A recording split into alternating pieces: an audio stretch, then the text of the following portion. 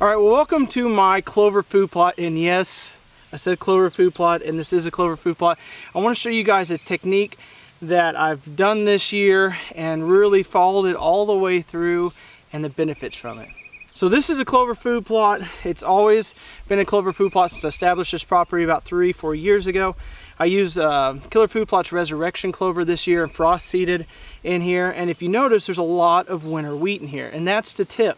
So what I like to do is come in this fall, I like to come in and broadcast pretty heavily winter wheat in this food plot. Just with a spreader, you don't have to work the ground, you don't have to do anything. What that does is it allows greenery to come in while your clover is going dormant. So you're going to get some winter wheat in here. It's still going to attract your deer in here to hunt over. But at the same time, it's doing a lot of different things for this food plot. For one, it's taking a lot of that excess nitrogen because the clover is producing a lot of nitrogen. The winter wheat's going to take that up, so you're not going to have a lot of leftover nitrogen for your weeds to feed off of. So it's taking that food source away from your weeds. That way, when it comes early season next year and the things start greening up, this is a very heavily pressured food plot. And so on top of the browse, on top of them going dormant, there's a lot of exposed soil, and that sunlight can really penetrate that soil, which is only going to promote weed growth.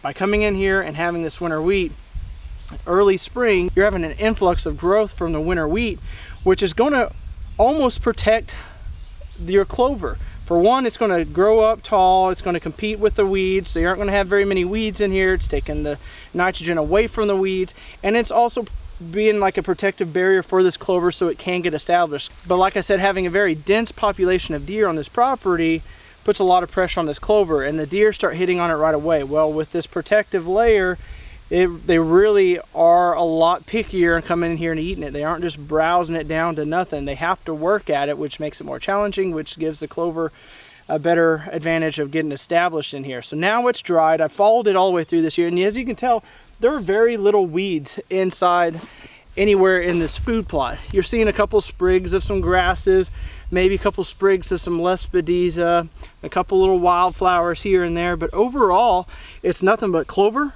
and winter wheat. Now what would happen if I didn't plant this winter wheat, like I said, with that clover being so dormant and so short and small, you get the warm weather, you're gonna have a blow up of weeds, and I'm gonna be competing with the weeds all year long. So I'll be in here mowing a lot, I'll have to use herbicides, but by doing this, I've used no herbicides, I haven't mowed it yet, but what I'm fixing to do is I'm fixing to get on the brush hog. I'm going to mow it at a very high just to knock this down because I want the deer to get in here a little heavier than they are. They are in here, but you'll be surprised once you knock these tops off and you make it really easy for them to get how much more they're in here. So I'm going to run the brush hog through really nice and high, and I am brush hogging on a very hot day, and the reason for that being is we have rain coming in tomorrow for the next like 5 days. I won't go in and mow my clover plots if I know there's just going to be a long strand of hot temperatures, because I don't want to stress the clover. I like them to be tall and established. You mow them down, get them too stressed, and then you're once again going to be competing with the weeds in this food plot. So there you go, easy little tip, and it's cheap. You can buy a 50-pound bag of winter wheat for probably around $8, and you can take that and broadcast it very heavily on your clover food plots. You're going to get some greenery during the hunting season. It's going to help out big time for your summer clover, your spring clover, and it's going to carry us all the way through now until hunting season. So pretty awesome. This time normally I'll brush hog them a little sooner, but I wanted to follow it all the way through this year and let them fully mature just to see. And it even did better, because normally I'm brush hogging when they're still green and tall sprigs, but I'm still kind of battling thereafter some weeds. But it's looking really awesome. I'm very happy with it. So if you guys enjoyed the information on this video, make sure to subscribe on YouTube, follow us on Facebook, and follow us on Instagram.